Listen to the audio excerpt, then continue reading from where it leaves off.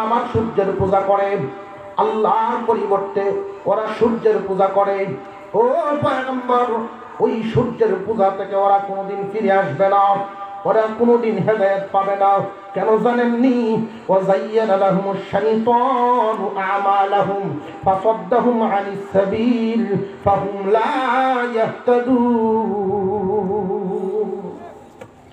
শয়তান এদের মগজটাকে, এদের মনটাকে এমন ভাবে ঘুরায় দিয়েছে, সূর্যের পূজাকেই তারা সঠিক মনে করে, সূর্যের পূজাটাকেই তারা ভালো মনে করে।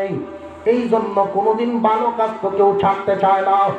ওদেরকে যদি আপনি দাওয়াত না দেন, নিজের আকল কাটায় কোনোদিন হেদায়েত পাইবে না। সুলাইমান আলাইহিস সালাম বললেন, তাই নাকি? বলে, হ্যাঁ, আমি তোমাকে এখনই পরীক্ষা করে ফেলব, তোমাকে পরীক্ষা করব, তুমি কি বাঁচার জন্য আমার সামনে এই ঘটনা ঘটেছ না সত্যি এমন এক জাতি আছে, তোমাকে আমি পরীক্ষা করব। পরীক্ষা করার জন্য সুলাইমান আলাইহিস সালাম নিজের হাতে একটা চিঠি লিখছেন। চিঠিটা লিখিয়া পাখির কাছে দিলেন, এই পাখি, চিঠি লইয়া যাও, এই চিঠি নিয়ে রানী বিলকিসের সামনে দিবা। রানী বিলকিসের সামনে চিঠি যখন দিবা, কিছু আদব শিখাইয়া দিতেছেন নবী সুলাইমান আলাইহিস সালাম। কিছু আদব শিখাইয়া দিলেন। কি আদব? ইযহাব বিকিতাবি হাযা ফাআলকিহ ইলাইহিম সুম্মা তাওয়াল্লা আনহুম ফানজুর মাযা ইয়ারজিউন। আল্লাহ পাক রব্বুল আলামিন ওই দিন সুলাইমান আলাইহিস সালামের এই কথাটাও পছন্দ করেছিলেন, যে কারণে কোরআনের আয়াত হিসেবে কবুল করেছেন। ওই দিন পাখিটাকে তিনি বলছিলেন, তুমি যে আমার দরবার থেকে যাইতেছো এই রকম কোন অহংকার, আল্লাযী উরসিলা ইলান নাসি কাফাতাম বাশীরাও ওয়া নাযীরা وداعيا إلى الله بإذنه وسراجا منيرا أما بعد فأعوذ بالله من الشيطان الرجيم بسم الله الرحمن الرحيم وحشر لسليمان جنوده من الجن والإنس والطير فهم يوزعون حتى إذا أتوا على واد النمل قالت نملة يا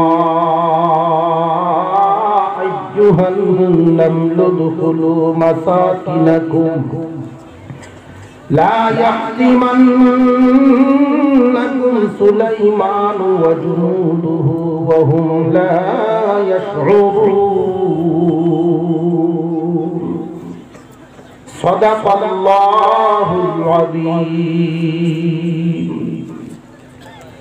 اللهم صل على محمد وعلى آل محمد كما صليت على إبراهيم وعلى آل إبراهيم إنك حميد مجيد اللهم بارك على محمد وعلى آل محمد كما باركت على إبراهيم وعلى آل إبراهيم إنك حميد مجيد পলাশ শরৎপাড় ইসলামী যুব সমাজ কল্যাণ পরিষদের উদ্যোগে আয়োজিত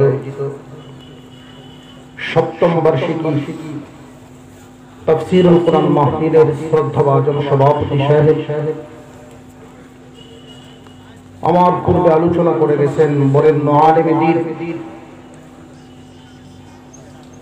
হযরত মাওলানা মুফতি বশির আহমদ সাহেব সামাদ বরকাতুহুল আলিয়া, উপস্থিত হযরত উলামায়ে কেরাম, মুরব্বিয়ানে আযম, সর্বস্তরের মুসলমান ভাইয়েরা, পর্দার আড়াল থেকে আলোচনা শুনছেন দিনদার ইমানদার মুসলমান মা ও বোনেরা, আল্লাহ পাকের কাছে আমরা শুকর আদায় করি যিনি বিনা দরখাস্তে বিনা চাওয়ায় একান্ত দয়া করে আমাদেরকে আখিরি জামানার পয়গম্বরের উম্মত বানিয়েছেন। যেই নিয়ামত পাওয়ার জন্য আদম আলাইহিস সালাম থেকে নিয়ে ঈসা আলাইহিস সালাম পর্যন্ত সমস্ত নবীগণ দরখাস্ত করেছেন। আল্লাহ পাক আমাদের উপরে বিনা দরখাস্তে দয়া করে এই নিয়ামত দিয়েছেন। কত বড় নিয়ামত! আল্লাহর নবীর উম্মত হতে পারাটা। আমি একদিনের একটা কথা শুনে একদিন হযরত মূসা আলাইহিস সালাম তাওরাত কিতাব তিলাওয়াত করতেছেন।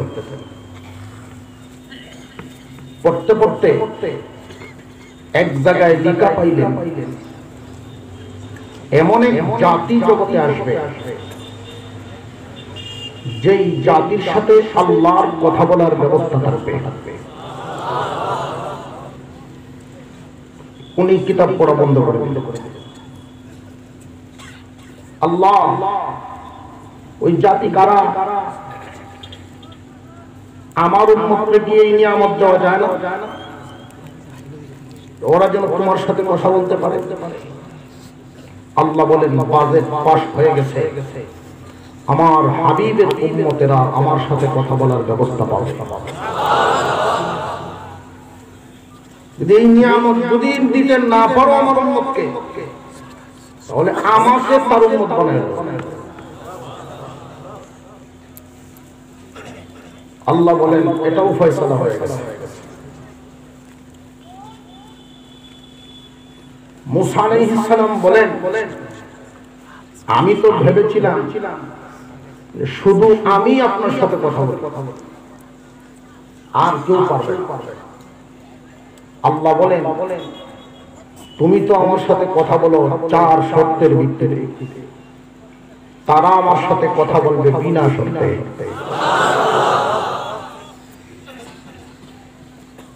তুমি আমার সাথে কথা বলো চার শর্ত। এক নম্বর শর্ত হলো তুর পাহাড়ে আসতে হয়। দুই নম্বর শর্ত হলো ওযু থাকতে হয়।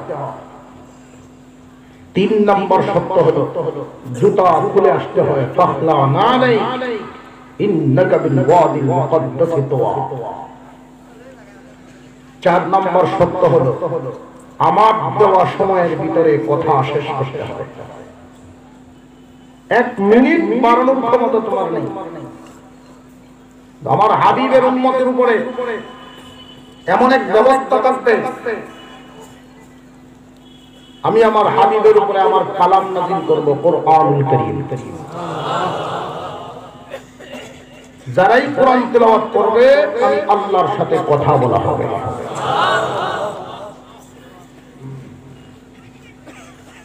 এই কোরআন পড়তে গিয়ে তাদেরকে কোনো এরকম শর্ত দেওয়া হবে না যে তুর পাহাড়ে এসে পড়তে হবে, যে এলাকায় কোরআন নাজিল হয়েছে সেখানে যাইতে হবে।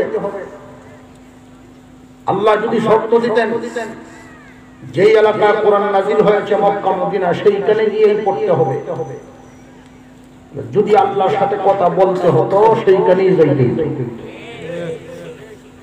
আল্লাহ পাক আসান করে দিয়েছেন, শর্ত উঠায় দিয়েছেন। শর্ত নাই, পৃথিবীর যে কোনো জায়গায় আমার কালাম তেলাওয়াত করার অনুমতি আছে। দুই নাম্বার শুধু ওযু করেই পড়তে হবে এমন না, মুখস্থ তিলাওয়াত ওযু ছাড়াও করা। রাস্তা দিয়ে হাঁটতেছেন, বাজারে যাইবেন বা বাজার করে আসতেছেন, ব্যাগের ভিতরে সেবা সুটকি। এখন এই যে শর্ত নাই যে সুটকি আতো আলহামদুলিল্লাহ যেত না। আল্লাহ বলেন হাইটলাইটে পড়তে তাকে অনুমতি দেওয়া আছে। আস্তে করতে 3 নাম্বার, জুতা খুললেই কোরআন পড়তে হবে এমন শর্ত নাই। জুতা হোক যে হাঁটতে থাকো, করতে থাকো, অসুবিধা নেই। 3 নাম্বার, মুসা নবীকে তো সময় বেঁধে দিতেন, আমাদের বেলায় সময় বাধা নাই যে 5 পৃষ্ঠার পরে আর 6 পৃষ্ঠা পড়তে পারবো না, এরকম না। বান্দার যত ইচ্ছা তত তিলাওয়াত করবে, টাইম বেঁধে দেওয়া নাই, নির্দিষ্ট কোনো আটকায় দেওয়া নাই, বরং আল্লাহর পক্ষ থেকে ঘোষণা যে যত বেশি পড়বে তার মর্যাদা তত বাড়বে। এই যে এত বড় নিয়ামত আল্লাহ আমাদেরকে দিলেন, আখিরি জামানার পয়গম্বরের উম্মত বানাইছে, আমরা খুশি না বেটা? এই খুশিটা যে কতটুকু বড় এটা তো দেখানোর কথা না। যে বুঝে একটা বস্তুর ব্যাপারে, যে বুঝে সেই তো বুঝে, যে চিনে দাম দিয়ে কিনে। আমি আলোচনা শুরু করার আগে কোরআন যে কত দামি, ইসলামের বিষয়ে যে কত দামি, যারা জানছে বুঝছে তারা কষ্ট করে অর্জন করছে। আমরা তো উলামায়ে কেরাম আপনাদের সামনে বয়ান করে গেছেন মুফতি বশির আহমদ সাহেব, সেই সুদূর ব্রাহ্মণবাড়িয়া থেকে আসছেন, 1-1.5 ঘন্টা আলোচনা, 2 ঘন্টা আলোচনা শুনাইলেন। উনি আইসা আপনাদেরকে আলোচনা শুনাইলেন। আর রাসূলের সামনে সাহাবায়ে কেরাম 100, 150, 200 মাইল দূর রাস্তা অতিক্রম করে রাসূলের দরবারে ওয়াজ শোনার জন্য যাইতেন। আর আল্লাহ রাসূল 1 থেকে 1.5 মিনিটের ওয়াজ করতেন। এই 1-1.5 মিনিটের ওয়াজ সাথে করে নিয়ে 300 মাইল দূর আবার ফিরে যাইতেন বাড়িতে। ওইটা আমলে পরিণত করে নিতেন। আর আমরা হুজুর যে হুজুর ঢাকা থেকে আসতেছেন কষ্ট করে, আমরা একটু যাই, গিয়া দেখি হুজুরকে বুঝিয়ে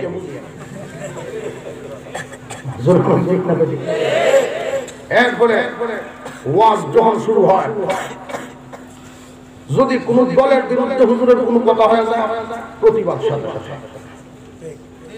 সুদখোরের বিরুদ্ধে হইলে তাল লাগতেছে না, ঘুষখোরের বিরুদ্ধে হইলে আরো মুশকিল, কারণ ঘুষ যারা খায় বড় বড় অফিসারের বেশি হয়। যে দিকে যাইবেন মুশকিল। হুজুরের 2 ঘন্টা ওয়াজ আমার মন মতো হইলে শুনতেও পারি, আর মন মতো না হইলে নাও শুনতে। এই হলো আপনার অবস্থা। এটার দাম কত এটা আমরা বুঝি না। এই জন্য বললাম যে চিনে সেই তো কিনে।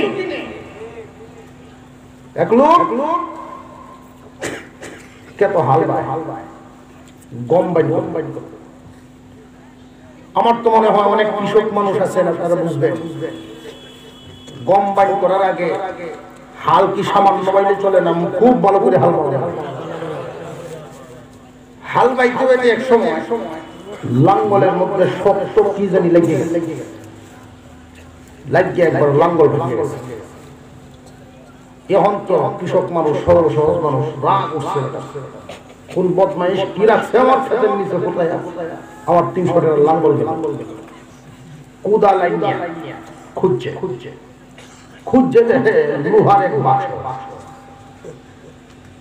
বাক্স কি জঙ্গে ধরিয়া খাইতে অনুমান হয়েছে যে 2-2.5 বছর কম না, খুব মুঠা, কিন্তু খাইতে মাটি খাইয়া চিকন। তালা একটা আমার আছে, কোদালের ঘাইরিয়াতে বাড়ি দিয়ে তালা ভাঙিয়ে দেখে এদের ভিতরে কুতুরি ফাঁতো বেটার আরো বসে। আগের মানুষ আমরা ব্যবসা সব ব্যাক করছি এই কামটা আমি পাথরটি কোন রকম কাজ লাগাই কি কাম গম বাইন করার পরে কয়েকদিন পর্যন্ত পাহারা দেওয়া লাগে পাখি যেন না খায় ঠিক না ঠিক না তো গম নাই এই নতুন জেনারেশন বুঝতেই নাই কি কর এই বাক্স খেতের কোন সকালবেলায় পাখিরা আসে এক মুঠ লয়ে পাখি যায় বিকাল বেলায় আরো এক মুঠ লয় এভাবে 2-3 দিন পর্যন্ত মোটামুটি পাথর শেষের দিকে সর্বশেষ যে পাথরটা ওইটা যখন মারে তো এক লোক রাস্তা দিয়ে যায় হাওড়ের কোন এই লোকের উপরে বসে পাথর খায়া এই হাওড়ের মাঝখানে পাথর মারল কেন উনি চতুর্দিক চোখ ঘুরায় দেখেন এক লোক 2 হাঁটুর মাঝখানে মাথা ঘুষিয়া বিড়ি খায় তখনই বুঝছে যে ওই কামড়া বানাইছে এই পাথর লইয়া তার কাছে গেছে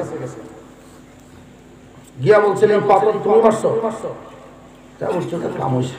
আমার মাফ করে দিন আমি বুঝছি না আপনার উপরে বসছে মনে হয়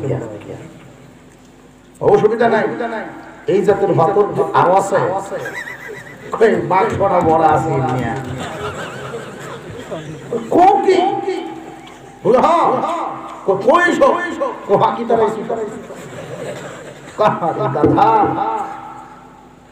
এক একটা পাথরের দাম জিন্দিগি মর কম মারাইয়া বিক্রি করলেও একটা পাথরের দাম হবে না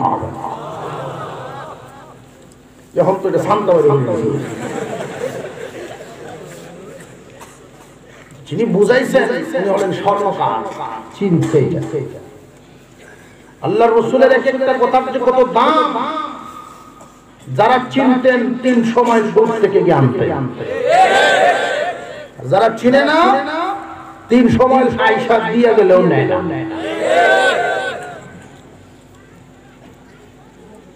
আজকে আপনাদের এই এলাকার যুব সমাজ তাফসীর মাহফিলের আয়োজন করেছেন আমাকে একটা বিষয় দিয়েছে আপনারা লিফলেটে হয়তো লেখা দেখছেন সূরা নামলের 17 থেকে 31 নং আয়াত পর্যন্ত আলোচনা 17 থেকে 31 পর্যন্ত যদি কারি সরকারি টাইম নিয়ে তেলাওয়াত করি তো আমার টাইম শেষ এর ভিতরে যতটুকু সময় আপনারা ধৈর্য সহকারে বসে আলোচনা করবো ইনশাআল্লাহ আর যদি দেখা যায় যে না আপনারা খুব বেশি ধৈর্য সুবিধা লাগতেছে আমি বুঝবো যদি পূজা বসা হয় ঠিক জেনে বুঝে আল্লাহ পাক এই পৃথিবীটা একটা নিয়মে চালাইতেছে কোন মানুষকে একটা রাষ্ট্রের প্রধান বানান কোন মানুষকে কয়েকটা রাষ্ট্রের প্রধান বানান কোন মানুষকে সারা বিশ্বের প্রধান বানাইছে আল্লাহ পাক 4 জন মানুষকে সারা বিশ্বের শাসন ক্ষমতা দিয়েছিলেন 2 জন ছিল কাফের 2 জন ছিলেন মুসলমান কাফের 2 জনের একজনের নাম বুখতানসর আর একজনের নাম নমরুদ মুসলমান 2 জনের নাম একজন ছিলেন বাদশা যুলকারনাইন আর একজন হযরত সুলাইমান আলাইহিস সালাম সুলাইমান আলাইহিস সালামের আলোচনা শুধু যে আমার তিলাওয়াত আজকের আলোচ্য বিষয়ের উপরেই সীমাবদ্ধ তা নয় কোরআনের বহু জায়গায় আল্লাহ পাক বিভিন্ন প্রয়োজনে বিভিন্ন সময় নাযিল করেছে আজকে আমরা আলোচনা করব একটা বিষয় একদিনের একটা বিষয় আল্লাহ পাক 6666 খানা আয়াত দিয়ে কোরআনুল কারীম নাযিল করেছেন এর মধ্যে মাত্র 500 আয়াত হলো বিধি বিধানের আলোচনা কয়শো আয়াত 500 আয়াত বাকি 6166 খানা আয়াত ওয়াজ নসিহত বিধি বিধানের আয়াত বেশি নামাজের আয়াত বেশি প্রশ্ন জাগে, হুজুর কোরআন তো হলো বিধান গ্রন্থ, এই 500 আয়াত এই বিধান গ্রন্থ নাযিল করলেন 6666 আয়াত দিয়ে, বিধিবিধানের আলোচনা 500, ওয়াজের আয়াত এত বেশি কেন? আল্লাহ এইখানেই বুঝাইয়া দিলেন আমরা যে মানুষের যে খাসলত খুব বেশি পালান। মানুষকে আল্লাহ বানাইছেন 4 বস্তু দিয়ে, আগুন, পানি, মাটি, বাতাস। এই 4 বস্তু তালাশ করলে একটা খাসলত পাওয়া না। এই 500 বিধিবিধানের আয়াতের উপরে যেন আমল করতে পারে, মন যেন তৈরি হয়, এই জন্যই এত বেশি আয়াত দিয়ে আল্লাহ ওয়াজ করেছেন। ওয়াজের দরকার আছে না নাই? আজকে বাংলাদেশে লক্ষ্য করলে তাম পৃথিবী কোথাও এত ওয়াজ নসিহত পাবেন না বাংলাদেশে যে পরিমাণ হবে। এতে লাভ অনেক। এই ছোট্ট একটা মানচিত্রের ভিতরে যেই পরিমাণ মানুষের বসবাস, এরপরে সুশৃঙ্খল বসবাস, পৃথিবীর বিভিন্ন দেশের দিকে নজর দিলে আমাদের এই বাংলাদেশের মানুষ পৃথিবীর বিভিন্ন দেশে ছড়ায় ছিটায় আছে। তাদের সাথে আলোচনা করলে বোঝা যায়, তারা রিপোর্ট দেন হুজুর নিজের চোখে দেখা ওই দেশের মানুষগুলো নাচ নিয়ামতে ভরপুর, নাচ নিয়ামতে ডুবে গিয়ে মনুষ্যত্ব হারায় ফেলছে। আর বাংলাদেশের মানুষ এখনো ইসলামকে পরিপূর্ণ শ্রদ্ধার সাথে দেখে। ওয়াজের ফসল, ওয়াজ নসিহতের ফসল। এক লোক বলল হুজুর, আমির সাহেবের কাছে গিয়ে, তাবলীগের আমির, ওনার কাছে গিয়ে বলে হুজুর চিল্লা লাগাই আইছে কিন্তু ক্ষেতের আইন কাটে, বিচার দিতে চিল্লা লাগাই কিলাম ধরলাম। আবার আমারে তশকিল করতেছেন 3 দিনের লাগি যেতাম, উল্টা বুঝায় আমি সব বললেন যেই লোকের নাম কইছ চিল্লা লাগায় আউনে আইন কাটে, যদি চিল্লা না লাগায় তাহলে তোমারে কাটতে হয়। অনেকেই মনে করে এত ওয়াজ নসিহত দিয়া প্রয়োজনটা কি? যে প্রয়োজন হলো এত ছোট মানচিত্রে যেই পরিমাণ জনগণের বসবাস বাংলাদেশে, ওয়াজ নসিহত ছাড়া বাংলাদেশের আইন শৃঙ্খলা ঠিক রাখা সম্ভব হবে না। আল্লাহ পাক মানুষকে হেদায়েত করার জন্য যত নবী পাঠাইছেন সবাই এর ওয়াজ করেছেন। ওয়াজ শাসন বডিট করলে হয়, কলরে করা লাগে, অন্তরে করা। আপনি দেখছেন কোন মানুষ যদি 3 চিল্লা দেয় আগে শুরু করতো, পরে দেখা যায় জুব্বা দাড়ি টুপি যায় একবারে কলব পরিবর্তন হয়েছে।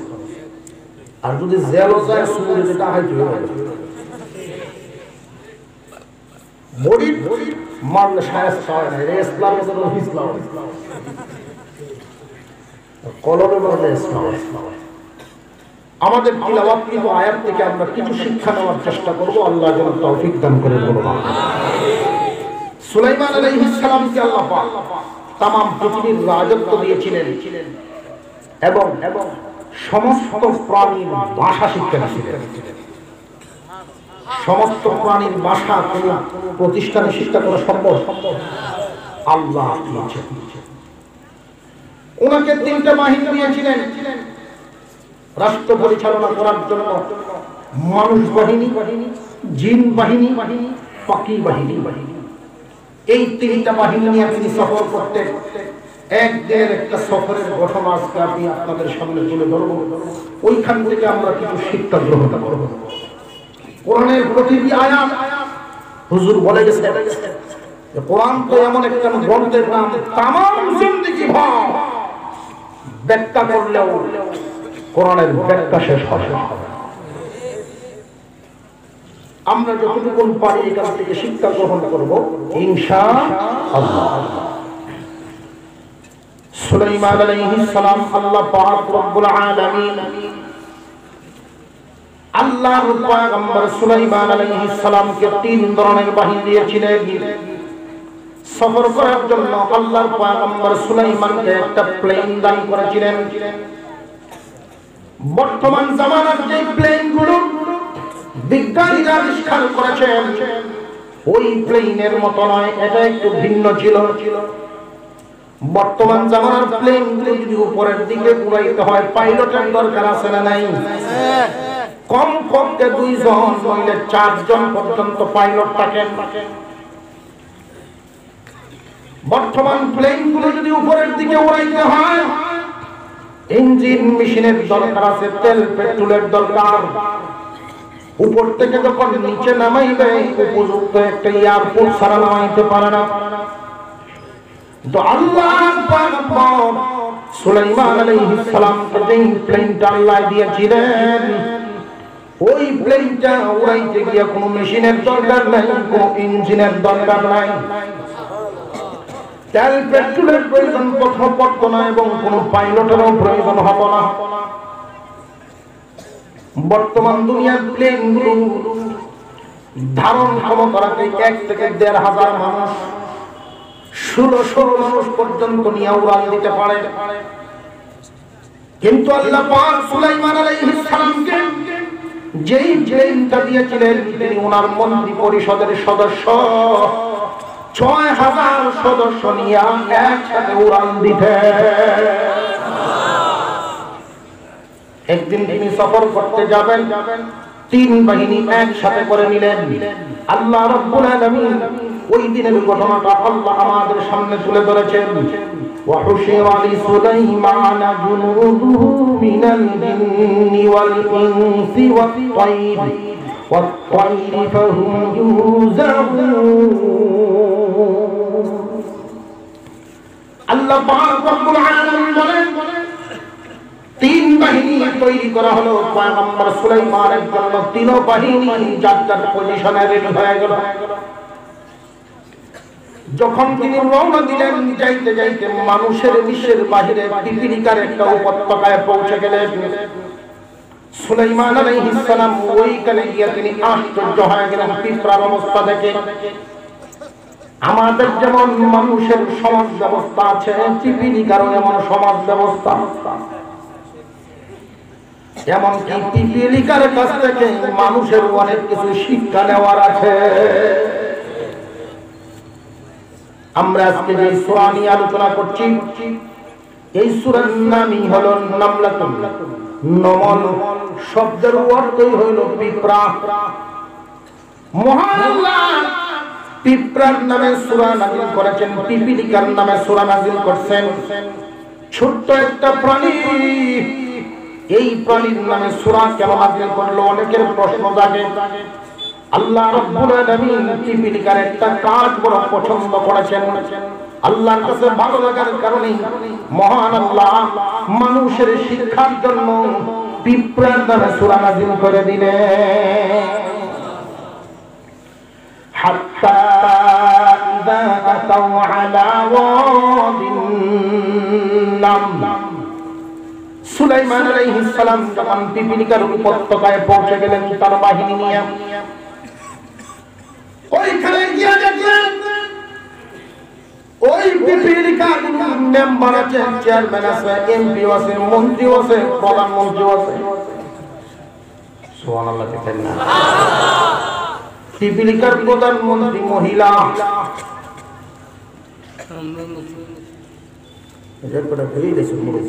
তাহলে তো আমরা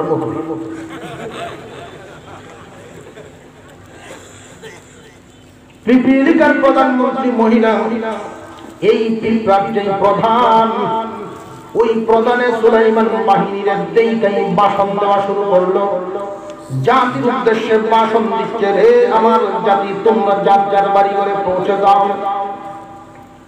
আল্লাহ পাক রব্বুল আলামিন ওই পিপিলিকার কথাটা বড় পছন্দ করেছেন, জাতির উদ্দেশ্যের ভাষণটা বড় পছন্দ করেছেন।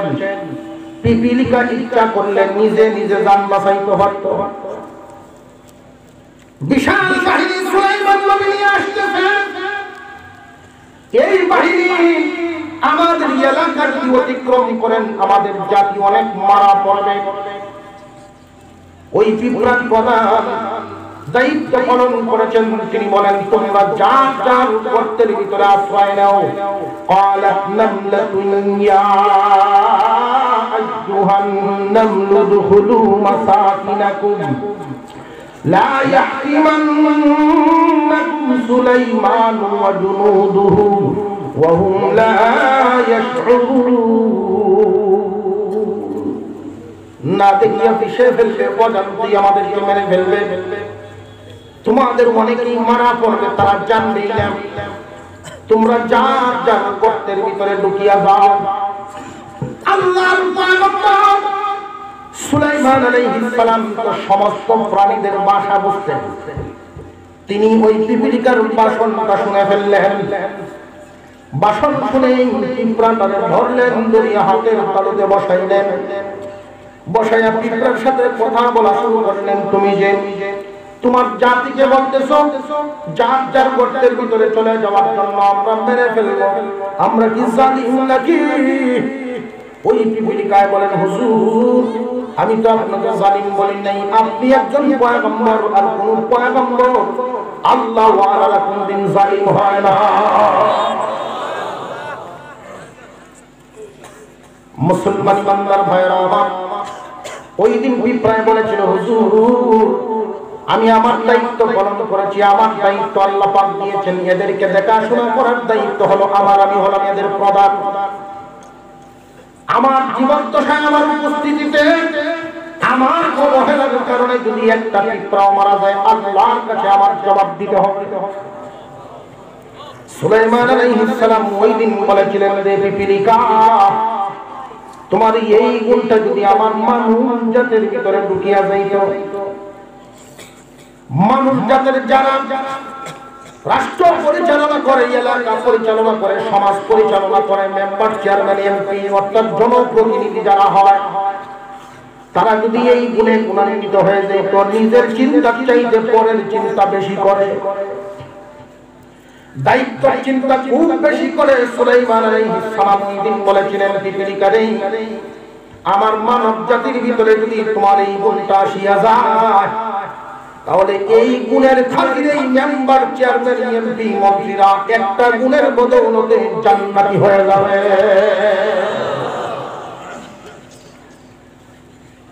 পিপীলিকার অবস্থা দেখে তিনি একটা মুচকি হাসি দিয়েছিলেন, মুচকি হাসি। প্রত্যেক নবীগণের হাসি ছিল সুন্নতি মুচকি হাসি। মুচকি হাসি দেওয়া হলো নবীগণের সুন্নাত। হাসি তিন প্রকারের হয়। এক প্রকারের হাসির নাম হলো মুচকি হাসি, তাবাসসুম। আরেক প্রকার হাসি হলো যাহাক। আরেক প্রকার হাসি হলো কাহকাহা। মুচকি হাসিটা হলো এমন হাসির নাম, মুচকি হাসি বলা হয় দাঁত দেখা যাবে না, শব্দও হবে না, দেখলে বুঝা যাবে চেহারার মধ্যে হাসিটা বেশি উঠছে। যাহাক হাসিটা হলো এমন হাসি দাঁত দেখা যাবে কিন্তু শব্দ হবে না। অনেক সাহাবায়ে কেরাম এইভাবে হাসতেন জায়েজ, কিন্তু কাহকাহা অর্থ হাসিটার ব্যাপারে রাসূলের নিষেধাজ্ঞা আছে। কোন মানুষ যদি বেশি বেশি অর্থ হাসি দেয় দিল মরে যায়। সাহাবায়ে কেরাম যাহাক হাসিতে হাসতেন, তাবাসসুম হাসি হাসতেন। নবীগণ সবাই তাবাসসুম হাসি হাসতেন, মুস্কি হাসি। আল্লাহর দরবারে তিনি দোয়া করতে লাগলেন। সুলাইমান আলাইহিস সালাম ওই দিন পিপীলিকাকে ছাড়িয়া মহান মওলার দরবারে একটা মুনাজাত করেছিলেন। ওই দিন যেই মুনাজাতটা করেছিলেন আল্লাহর নবী সুলাইমান নবীর, এই মুনাজাতটা আল্লাহর কাছে বড় পছন্দ হয়েছিল, যেই কারণে মহান মওলা কারীম আমাদের জন্য কোরআন বানায় নাযিল করে দিয়েছেন। وقال رب أوزعني أن أشكر نعمتك التي أنعمت علي وعلى والدي وأن أعمل صالحا ترضاه وأدخلني برحمتك في عبادك الصالحين. সুলাইমান আলাইহিস সালাম ওই দিন আল্লাহর কাছে বলেছিলেন, আল্লাহ আমাকে এবং আমার পরিবার পরিজনকে যেই নিয়ামত দান করেছো সেই নিয়ামতের শুকর আদায়ের তৌফিক বেশি বেশি দাও। আল্লাহ যদি নিয়ামত দেন, অনেক মানুষ নিয়ামতের শুকর তো আদায় করেই না, বরং বেপরোয়া হইয়া যায়, অতীত ভুলিয়া যায়, নিয়ামতের শুকর আদায় করে না। ও আল্লাহ, তোমার দয়ার দ্বারা আমাকে নিয়ন্ত্রণে রাখো, শুকর আদায় করার তৌফিক বেশি বেশি দান করো। রব্বুল আলামিন, আমি এবং আমার পরিবারের উপরে যে নিয়ামত দিয়েছো, নিয়ামতের শুকর আদায় যেন করতে পারি তৌফিক দান করো। ওয়া আন আমালা সালিহান তারদাহু। খুব চিন্তার কথা, শিক্ষার কথা খুব ভালো করে বোঝেন। সুলাইমান আলাইহিস সালাম দোয়া করেছিলেন, আল্লাহ এমন নেক আমল করার তৌফিক দাও যেই নেক আমলে তুমি খুশি হও। শুধু নেক আমল হইলেই হয় না, আল্লাহ যদি কবুল না করেন তাহলে লাভ নেই। নেক আমল এমন ভাবে করার তৌফিক দাও যেই নেক আমল তুমি কবুল করো, তোমার কাছে বড় ভালো লাগে। কাপড় চোপড় দান করুন, এটা ভালো কাম না খারাপ? মন্দ না ভালো? ভালো কাজ, কাপড় দান করুন। কিন্তু বর্তমান জামানার অনেক মানুষ এমন আছেন, রমজান মাস আইলেই যাকাতের কাপড় দেয় এমন সুরতে, যেই সুরতটা ইসলামে অনুমতি দেয় না। এক দেশ কাপড় নাই, বাইক মারে, বাইক মারে। মানুষের বুঝুক আমার পয়সা হয়েছে। কাপড় বাড়া তো মন্দ না বালা, কাপড় বাড়া তো ভালো কাজ, কিন্তু নেক কাজটাই অনেক সময় আল্লাহর কাছে কবুল হয় না। সুলাইমান আলাইহিস সালাম আল্লাহর কাছে দোয়া করলেন, আল্লাহ এমন নেক আমল করার তৌফিক দাও যেই নেক আমল তুমি খুশি হইয়া কবুল করো। ওয়া আদখিলনি বিরাহমাতিকা ফি ইবাদিকাস সালিহিন। আল্লাহ পাক রব্বুল আলামিন মুহাম্মদ আলাইহিস সালাম সুলাইমান আলাইহিস সালাম দোয়া করলেন, আল্লাহ দয়া করে তুমি তোমার দয়ার মাধ্যমে আমারে জান্নাতি বানায়া দাও। আগে দোয়া করলেন নেক আমলের তৌফিক দাও, পরে দোয়া করলেন দয়া করে জান্নাতি বানায়া দাও। এইখানে খুব ভালো করে বুঝবেন, শুধু নেক আমল করলেই জান্নাতি হওয়া যায় না। শুধু নেক আমল করলেই জান্নাতি হওয়া যায় না, আল্লাহর দয়ার দরকার আছে না নাই? সুলাইমান আলাইহিস সালাম বলেন, প্রভু গো, তোমার দয়ার দ্বারাই আমাকে জান্নাতি বানায়া দাও।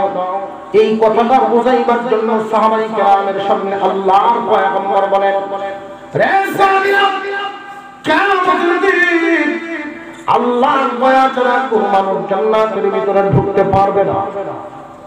সাহাবীরা জিজ্ঞাসা করেছিলেন, ইয়া রাসূলুল্লাহ, ইয়া হাবিবাল্লাহ, আপনিও কি নন? রাসূল বলেছিলেন যে না, আমিও না। আল্লাহর দয়া ছাড়া আমিও জান্নাতে যেতে পারবো না। তবে জেনে রাখো, আল্লাহ পাকের দয়া সব সময় আমারে ডাকিয়া রাখে। এই কথাটা বুঝাইবার জন্য আল্লাহ রাসূল বনি ইসরাইলের ছোট্ট একটা ঘটনা সাহাবীদের সামনে তুলে ধরেছেন। আল্লাহর দয়া ছাড়া জান্নাতে যাওয়া যাবে না। আমরা যে নেক কাজ করি, মনে করতেছি পাঁচ ওয়াক্ত নামাজ কেল্লা কিন ঘুরিতে, রোজার মাসে রোজা কেল্লা কিন রাখিতে হবে, অনেকেই মনে মনে ভাবতে পারে। সূর্যের আলো যে আমরা গ্রহণ করি, বিল দেই নি। বৃষ্টির পানি যে গ্রহণ করি, বিল দেই নি। অক্সিজেন যে ব্যবহার করতেছে, বিল দেই নি। লাইট কিছুক্ষণ ব্যবহার করার পরে আমার শ্বাস দেওয়া, আল্লাহ যে জন্মের পর থেকে চোখের হওয়ার দিয়েছিলেন, কয়দিন শ্বাস করছে? কথা বুঝাইতেছে? আল্লাহ পাকের বিধিবিধান এই জন্য মানন লাগে যে আল্লাহ নিয়ামত ভোগ করণ লাগে। জান্নাত পাবো আল্লাহর দয়ায়, ইবাদত দিয়া। 500 বছর পর্যন্ত এক লোক ইবাদত করেছেন লাগাতার। জির বাড়িতেও গেছে না, বিআইন বাড়িতেও গেছে না, শ্বশুর বাড়িতেও গেছে না। 500 বছর পর্যন্ত ইবাদত করে আল্লাহর কাছে জমা দিয়েছে। কিয়ামতের দিন এই লোকটাকে যখন আল্লাহর সামনে হাজির করা হবে, আল্লাহ জিজ্ঞাসা করবেন, ইবাদতের বদলায় যাইবা না আমার দয়ায় যাইবা? লোকটা আবেদ আলেম না, 500 বছর ইবাদত করছে। কয় আল্লাহ, আপনি তো ইচ্ছা করলে ইবাদতের বদলাই দিতে পারবেন, 500 বছর ইবাদত করছে। একজন ফেরেশতাকে আল্লাহ তাআলা বললেন, এক কাম করো, আমার এই বান্দারে নিয়ে জাহান্নামে যাও না, জাহান্নাম থেকে 70 মাইল দূর দিয়ে একটা চক্কর দাও। কয় মাইল? 70 মাইল দূর দিয়ে একটা চক্কর দেওয়ার কারণে তার ভিতর শুরু হয় মনে হয়েছে আমরা তো 24 ঘন্টার মধ্যে 12 ঘন্টা রোজা রাখি, এই করে আসরে হসপিটালে টিউবওয়েল দেখে এই অবস্থা আরো খালি ঘাম পায়, পানি পাওয়া যায়। আল্লাহ তাআলা একজন ফেরেশতাকে দিয়ে পাঠাইলেন, একটা গ্লাস আর একটা জগ লইয়া সামনে ঢোকা, বিনামূল্যে দিও না। যেই দেখছে জগ গ্লাস, কই পানি আছে? কই আছে আছে, ওই তো একটা পানি দাও। ওই এমনি অর্ডার করে তো বিনামূল্যে, তাও তো পয়সা নাই, টাকা নাই। যেখানে কথা বলতেছেন এখানে টাকার কোনো দামও নাই, নেকি আছে? নেকি অভাব নেই, 500 বছর লাগবে। উনি মনে করতেছেন বহুত কিছু। ফেরেশতা বলল, এক গ্লাস পানি দিতে পারি 250 বছরের ইবাদত লাগবে। দর বেশি, দাম বেশি, বেশি যদি হয়তো না খাও, হয় না জান তো আছে না, যদি জান বাঁচানি লাগে 250 বছর শুনতে ওটা যাও আগে জান বাঁচো। এক গ্লাস পানি পান করছে, বলার সিফাত আমাদের শেষ। যে তৃষ্ণা লাগছে বিচ্ছেদ গেছে, যাও আরে 2 গ্লাস পানি পান করছে, 500 বছরের ইবাদত আল্লাহর সামনে গেছে। আল্লাহ বলেন, কই ইবাদত কই? কই পানি খাই, পানি খাই। আল্লাহ পাক রব্বুল আলামিন বলেন যে বান্দা, পৃথিবীর জমিনে থাকাকালীন সময়ে কয়েক গ্লাস পানি করে খাওয়াইছিলাম, তোর কি গোনা আসেনি? মহান মাওলাই করিম কি পরিমাণ নিয়ামত আমাদেরকে দান করেছেন, ইবাদত করে এর বদলা দেওয়া সম্ভব না। এই জন্য আল্লাহ রাব্বুল আলামিনের পয়গম্বর সুলাইমান আলাইহিস সালাম দোয়া এমন ভাবে করেছেন, আল্লাহ তোমার দয়ার দ্বারায় আমারে জান্নাতি বানায়া দাও। মনে থাকতো তো দোয়াটা, ইবাদতের তাওফিক চাওয়া আল্লাহর কাছে দরকার আছে না? আল্লাহ যদি তাওফিক না দেন ইবাদত করা সম্ভব না। গাড়ি চালাইতেছে, নামাজের টাইম হচ্ছে, ড্রাইভার গাড়ি বন্ধ করে নামাজ, আর মালিক শিল্প দিচ্ছে আছে না নাই? বড় বড় আল্লাহ যারা কবুল করছেন সে তো সুবিধা দিতে পারে। এই জন্য আল্লাহর কাছে নেক কাজের জন্য দোয়া চাও, আল্লাহ বেশি বেশি নেক কাজ করাই, এমন নেক কাজ যেটা তোমার কাছে কবুল হয় এবং দয়ার মাধ্যমে জান্নাতি বানায় দিবা। মনে থাকবো দোয়া। দোয়া শেষ করে সুলাইমান আলাইহিস সালাম কি করলেন? আল্লাহ পাক বলেন, وَتَفَقَّدَ الطَّيْرَ فَقَالَ مَا لِيَ لَا أَرَى الْهُدْهُدَ أَمْ كَانَ مِنَ الْغَائِبِينَ।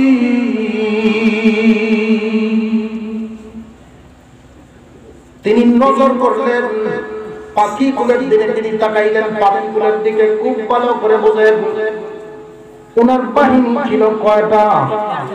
আরো জোরে মানুষ বাহিনী, জিন বাহিনী এবং পাখি বাহিনী তুলনামূলক ভাবে সবল আর দুর্বলের সিরিয়াল আছে না? সিরিয়ালের দিক থেকে দুর্বল বাহিনী হলো পাখি বাহিনী।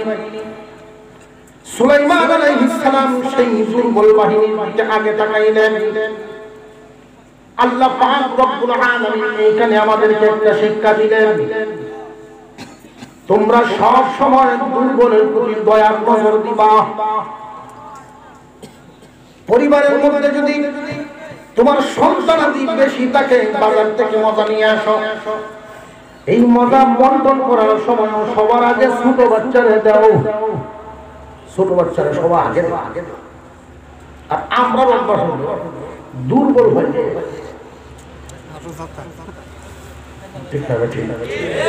দুর্বল সারা দুনিয়ার বর্তমান রীতি হয়ে গেছে। মজলিসের মধ্যে ছোট বাচ্চা বলছে, সাইডে এক বেটা মজলিসের ভিতরে বাতাস ছেড়ে গেছে, বুঝলেন না? কাম করেও ছোট বাচ্চারা বসে থাপ্পড়, ছোট বাচ্চা কি ব্যাপার, আমার এখন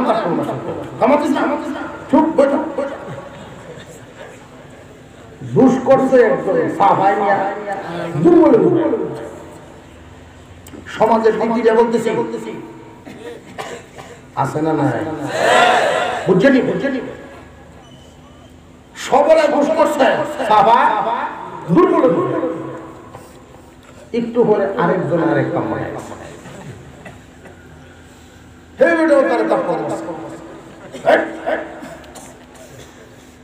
কি ব্যাপার, ডাইনে বামে আপনারা আমার কালে আরেকজনের বাতাস থাপ্পড় তুই খেয়ে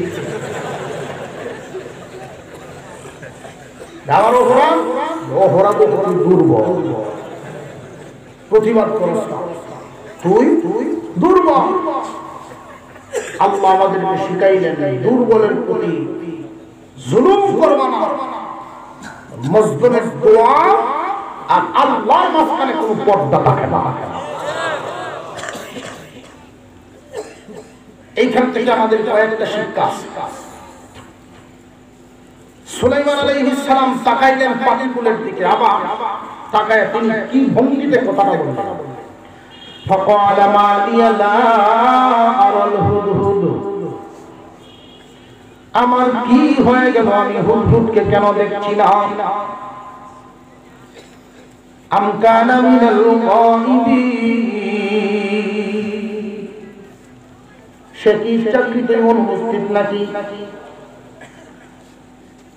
ও দুনিয়ার মানুষ, আমরাও তো সমাজে চলাফেরা করার জন্য পরিবার আছে, সমাজ আছে, আমরাও চলি, এখান থেকে শিক্ষা নেওয়া। আল্লাহর পয়গম্বর সুলাইমান আলাইহিস সালাম বলেছিলেন, মা লিয়া লা আরাল হুদহুদ, আমার কি হয়ে গেল, আমি কেন হুদহুদকে দেখছি না? উনি এভাবে তো বলতে পারতেন, হুদহুদের কি হইল? ছাত্র যদি ক্লাসে না আসে তখন শিক্ষককে বলে ওর কি হয়েছে, ঠিক না? ঠিক। কিন্তু সুলাইমান নবী ওর কি হয়েছে না বলিয়া আমার কি হয়েছে বলতেছেন, কারণটা কি? আমরা মানুষের দোষ তালাশ করাটা খুব পছন্দ করি, যেগুলো আমরা স্বভাব, কিন্তু লক্ষ্য নাই এইদিকে। তুমি যদি একটা আঙুল কারোর দিকে ফিরায় রাখো, বাকি তিনটা তোমার দিকে ফিরে আসে। কাউকে যদি তুমি দোষী সাব্যস্ত করতে চাও, এই দোষটা তোমার মধ্যে আছে কিনা তুমি তিনবার নজর করো।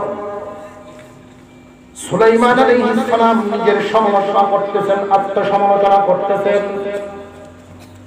কোন পাখি মানুষের পোষ মানা, জিন মানুষের পোষ মানা, সমস্ত সৃষ্টি মানুষের আয়ত্তে থাকা, এটা কি মানুষের ক্ষমতা, আল্লাহর দেওয়া দান? এই জন্য সুলাইমান আলাইহিস সালাম বলতেছেন, আমার কি হয়ে গেল, আমি কেন হুদহুদকে দেখতেছি না, আমার মধ্যে কি হয়ে গেল, আমার কোনো ত্রুটি বিচ্যুতি হইল নাকি? মহান আল্লাহ আমাকে সবার উপরে প্রাধান্য দিয়েছেন, সবাই আমাকে মানে। এই হুদহুদ কেন মানতেছে না, অনুপস্থিত কারণটা কি? আমার কি কোনো দুর্বলতা এসে গেল কিনা, বা আমার মধ্যে কোনো ত্রুটি বিচ্যুতি আছে কিনা? তিনি এই জন্য নিজের আত্মসমালোচনা করতেছেন। আমরাও যে পরিবার পরিচালনা করি, সন্তানাদি অনেক সময় আমাদের হুকুম মানে না, বিবি আমাদের হুকুম মানে না। কারণটা কি? লক্ষ্য করবেন, হক আদায় আছে, স্ত্রীর কাছে স্বামীর পাওনা আছে, স্বামীর কাছে স্ত্রীর পাওনা আছে, মা বাবার কাছে সন্তানের পাওনা আছে, সন্তানের কাছেও কিন্তু মা বাবার পাওনা আছে। আছে না নাই? সন্তান মা বাবাকে কেন মানতেছে না, কন্ট্রোল মানে না? কারণ কি? বাবা হিসেবে লক্ষ্য করবেন আপনি কি আপনার পাওনা আদায় করছেন কিনা। যদি পাওনা আদায় না করেন তাহলে আল্লাহর কাছে মাফ চাইবেন, সন্তানকে বোঝাইবেন, খুব ভালো করে বোঝেন। প্রথমেই কাউকে দোষারোপ না করি আর নিজের দিকে নজর করা। আরেকটা কারণ মুফাসসিরিনে কেরাম উল্লেখ করেছেন, পাখি কোন দিকে নজর দিলেন, এর মধ্যে হুদহুদকে কেন তালাশ করলেন? হুদহুদ ছাড়া আরো পাখি আছে না নাই? আপনার ঘুমাইছেন? হুদহুদ ছাড়া তো আরো পাখি আছে, হুদহুদকে তিনি কেন তালাশ করলেন? এই হুদহুদ পাখিটা এমন একটা পাখি, যেই পাখিটার চোখের মধ্যে আল্লাহ পাক এমন পাওয়ার দিয়েছেন, এমন ক্ষমতা দিয়েছেন। সুলাইমান আলাইহিস সালাম যেদিকেই যাইতেন ওনার সাথী সঙ্গী নিয়ে যাইতেন। মানুষ হিসেবে জরুরত আছে না নাই? খানা পিনা, বিশাল বড় প্রান্তর, ওইখানে পানির প্রয়োজন, রান্না বান্নার প্রয়োজন। সুলাইমান আলাইহিস সালাম হুদহুদ পাখিটাকে বলতেন, তালাশ করো, তত্ত্ব লাগাও, কোন জায়গায় পানি পাওয়া যাবে। এই হুদহুদ পাখিটা একটা উড়ান দিয়া পয়গম্বরের সামনে এসে বলে দিত, হুজুর ওইদিকে এত ফিট নিচে গেলে পানি পাওয়া যাবে, ওইদিকে এত ফিট নিচে গেলে পানি পাওয়া যাবে। উপর থেকে তাকায় আই যেইটা বলে দিতে পারতো 100 ফিট, 200 ফিট, 500 ফিট নিচে পানি পাওয়া যায়। হুদহুদের চোখে আল্লাহ এইরকম পাওয়ার দিয়েছেন। এরপরে সুলাইমান আলাইহিস সালাম জিন্নাত দিয়া খুদাই করতেন, মানুষ দিয়া পাক করাইতেন, পানি উঠাইয়া মানুষ দিয়া রান্না বান্না করাইতেন। জিন দিয়া রান্নাইতেন না মানুষ দিয়া রান্নাইতেন? কারণ আছে না নাই? মানুষের রুচি তো মানুষের বুঝে। জিন দিয়া রান্নাইলে 1 কেজি বেগুন 1.5 কেজি মরিচ। আল্লাহ পাক রব্বুল আলামিন শিখাইছেন। প্রত্যেকটা আয়াতের মধ্যে আমাদের জন্য শিক্ষা আছে অনেক, কিন্তু এখানে একটা প্রশ্ন জাগে, শিকারী তো হুদহুদ পাখিরে আবার ধরে। শিকারীর জালের মধ্যে হুদহুদ পাখি একটা পড়ে। প্রশ্ন জাগে, যেই পাখিটা উপর থেকে তাকাইয়া শত শত ফুট নিচের পানির খবর বলে দিতে পারে, ওই পাখিটার সামনে জাল লাগানো আছে, শিকারীর জালটা কেন দেখে না? প্রশ্ন জাগে না জাগে না? খুব ভালো করে বুঝেন, এখান থেকে একটা শিক্ষা আছে। মানুষের মগজটা দান করেছেন কে? পরিচালনা করার দায়িত্ব কার? আল্লাহ রাব্বুল আলামিন মানুষকে পরিচালনা করেন। একজন মানুষ নিজের বুদ্ধি দ্বারা শুধু অগ্রসর হবে এটা সম্ভব নয় আল্লাহর রহমত ছাড়া।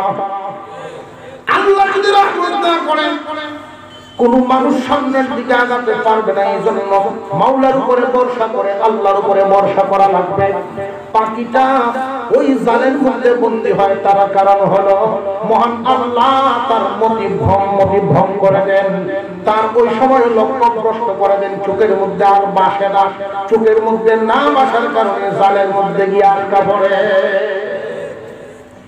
অনেক মানুষ দেখবেন খুব চৌকাট না, খুব মেধাবী, কিন্তু মেধাবী মানুষের দ্বারা ভুল হয় না, হয় না। ভুল থেকে পানা চাইবেন আল্লাহর কাছে। আল্লাহ যদি না বাঁচায় নিজে বাঁচার ক্ষমতা না। হুদহুদ পাখি অনুপস্থিত দেখে সুলাইমান নবী কি বলেছিলেন সেটাও আল্লাহ পাক উল্লেখ করে দিলেন। লাউআযিবান্নাহু আযাবান শাদীদান আও লাআযবাহান্নাহু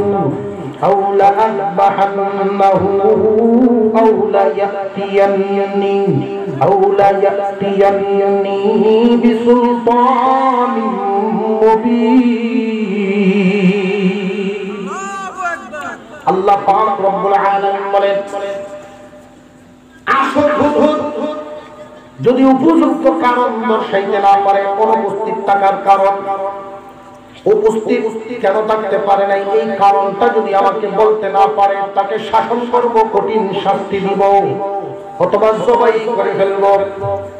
এইখান থেকে একটা বিষয় আমাদের জানা, অনেক মানুষ অনেক সময় ইতস্তবোধ করেন, আমরা যে সমস্ত প্রাণীগুলো লালন পালন করি এইগুলোকে যে মাঝে মাঝে শাসন করি, অনেকেই জিজ্ঞাসা করে, হুজুর ছাগল গরু লালন পালন করতে গিয়ে মাঝে মাঝে তো বাড়ি দেওয়া লাগে, এগুলো কি গুনাহ হইবনি?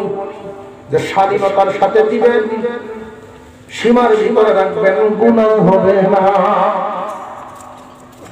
কোন গরু যদি আরেকজনের সাথে খাইতে থাকে, না মাইলে জিজ্ঞাসা করি, পয়সা পয়সা পয়সা খাই না মানব না, যখন দিতে আরো করে ফেলব। বুজুর্গের তো একটা সীমা কাটিয়েছে। এক মুসল্লি আমার এলাকার এক লোক ছিল, মসজিদে শুক্রবারে কেউ নামাজ হয় না, হুজুর ফাঁক টাক্কাম পারে না, হাওড়ে বন্ধ করে তাকে ফাঁক টাক্কাম পারে, হাওড়ে বন্ধ করে তাকে তো আরো সুবিধা। কেমনে কেমনে আমি কুল হই না। কারণটা কি? তখন বুঝলাম যে সে কত বড় বুঝলো। কারণ আমি হিসাব করার পরে আর একজনের মানুষের জমিন থেকে যে কুল হইয়া এই মাটির চাক্কা হাইটের থেকে আরেক জমিনে হলাই বান্দার হক নষ্ট হতো না। কত বড় বুঝলো। আমি জিগাইলাম যে আপনি কত বড়, কারণ কেমন মানুষও আছে চিন্তা করবো আসলের মানুষের ওজনই শুরু হয়ে লাগবে তাহলে তো আরেকবার ক্ষেতের হুকুম চলবে না। এটা তোমার সাক্কা যদি ছোট হয় এই অপরাধ আল্লাহ কুদরতি করে মাফ করে দিচ্ছে। একটা সাক্কা লইলেন আরেকটা হইয়া এই জন্য আল্লাহ আপনাদের ধরবেন না, আরেকজনের ক্ষতিও হবে না। এই জন্য বলার উদ্দেশ্য হইল কিছু কিছু প্রাণীকে মাঝে মাঝে আমরা শাসন করি, এটা জায়েজ, গুনার কাজ না। তাই বলে এমন করা যাবে না বিবির সাথে কাজে লেগে গরু বিড়ালি, এইটাও কিছু মাথা খারাপ আছে। রাগ একখানে রাগ তো পারেই না, করে গরু গরু তোরে ছোটা গরু জালিম। সুলাইমান আলাইহিস সালামের কথা বলার কিছুক্ষণের মধ্যেই হুদহুদ পাখিটা এসে হাজির হয়ে গেছে। আরো জোরে বলেন সুবহানাল্লাহ। فمكث غير بعيد فقال أحطت بما لم تحط به وجئتك من سبأ بنبأ يقين। কিছুক্ষণ যাইতে না যাইতেই পাখিটা তখন হাজির হয়ে গেল। ওই হুদহুদ পাখি আল্লাহর পয়গম্বরের সামনে এসে এমন এক বক্তব্য দিল, এইখান থেকেও আমাদের জন্য শিক্ষা আছে। হুদহুদ পাখিটা এসে বলতেছে, হুজুর আমি যে আপনার সামনে সময় মতো হাজির হতে পারি নাই, কারণ হলো আমার স্বজাতি আরেকটা হুদহুদ পাখির সাথে উড়াল দিতে দিতে উঠতে উঠতে এমন একটা এলাকায় চলে গেলাম, এমন একটা দেশে চলে গেলাম যেই দেশের খবর আপনি জানেন না, যেই দেশের ব্যাপারে আপনার জানা নাই। এইখানে আমাদের একটা প্রশ্ন আছে, প্রশ্নটার উত্তরটাও আগে জানা থাকা দরকার। যে হুজুর কিছুক্ষণ আগেই বললেন তামাম পৃথিবীর রাজত্ব সুলাইমান নবীকে আল্লাহ দিয়েছেন, তামাম পৃথিবীর রাজত্ব যদি উনি পাইয়া থাকেন তাহলে ওই রাষ্ট্রকে পৃথিবীর বাইরে রাখবেন। প্রশ্ন জাগে না জাগে না? পাখিটা যে বলল, হুজুর এমন একটা রাষ্ট্রের খবর নিয়ে আসলাম যেই রাষ্ট্রের খবর আপনি জানেন না, যেই রাষ্ট্রের ব্যাপারে আপনার জানা নাই। সুলাইমান আলাইহিস সালাম তামাম পৃথিবীর রাজত্ব করেছেন, কথা সত্য। পাখি যে বলছে আপনি ওই রাষ্ট্র সম্পর্কে জানেন না, এটাও সত্য। কারণ আল্লাহ পাক রব্বুল আলামিন নবীগণকে যা জানান নবীগণ তা জানেন, আল্লাহ যা জানেন না নবীগণ তা জানেন না। কথা বুঝে আসতেছে? সুলাইমান নবীকে যে আল্লাহ পাক পৃথিবীর রাজত্ব দিয়েছিলেন, এটা একসাথে দেন নাই। কোন সময় পাইছেন 10টা, এরপরে পাইছেন 15টা রাষ্ট্র, তারপরে পাইছেন 20টা রাষ্ট্র, তারপরে পাইছেন 50টা রাষ্ট্র। একসাথে তিনি তামাম রাজত্ব তো একবারে পান নাই, আস্তে আস্তে দিয়া পুরা পৃথিবীর ক্ষমতা ওনার হাতে আসে। ওই রাষ্ট্রের খবরটা তখন উনি পান নাই। পাখিটা আইসা বলতেছেন, فقال أحطت بما لم تحط به وجئتك من سبأ بنبأ يقين।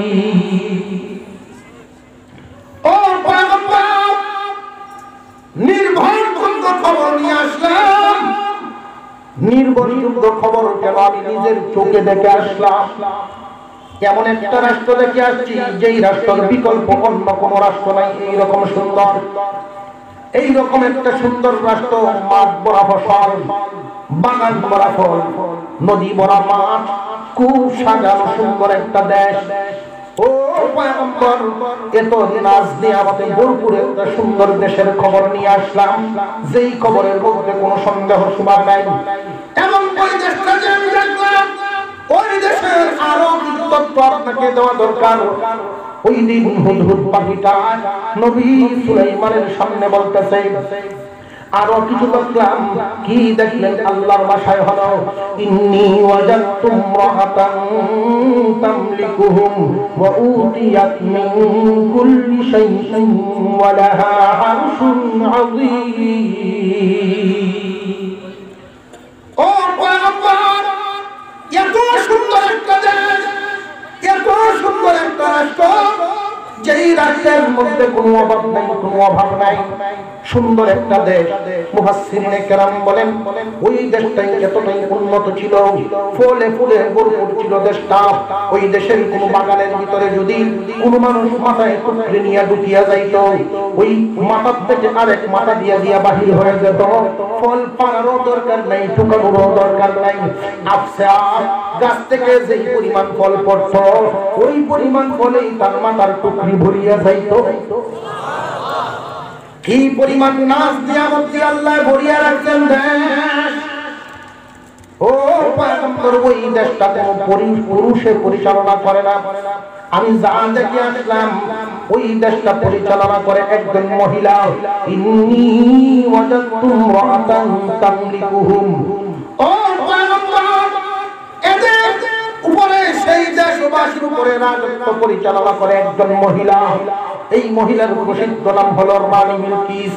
ওই রানী বিলকিস একজন মহিলা হইয়া দেশটা পরিচালনা করে, এবং রানী বিলকিসকে আল্লাহ সব ধরনের নিয়ামত দান করেছেন। ওয়া উতিয়াত মিন কুল্লি শাইইন, আল্লাহ তারে সব দিয়েছেন। সব দিয়েছেন বলতে বুঝাইলেন, তৎকালীন জামানায় একটা দেশ চালাইতে যা যা প্রয়োজন আল্লাহ তারে সবই দিয়েছেন।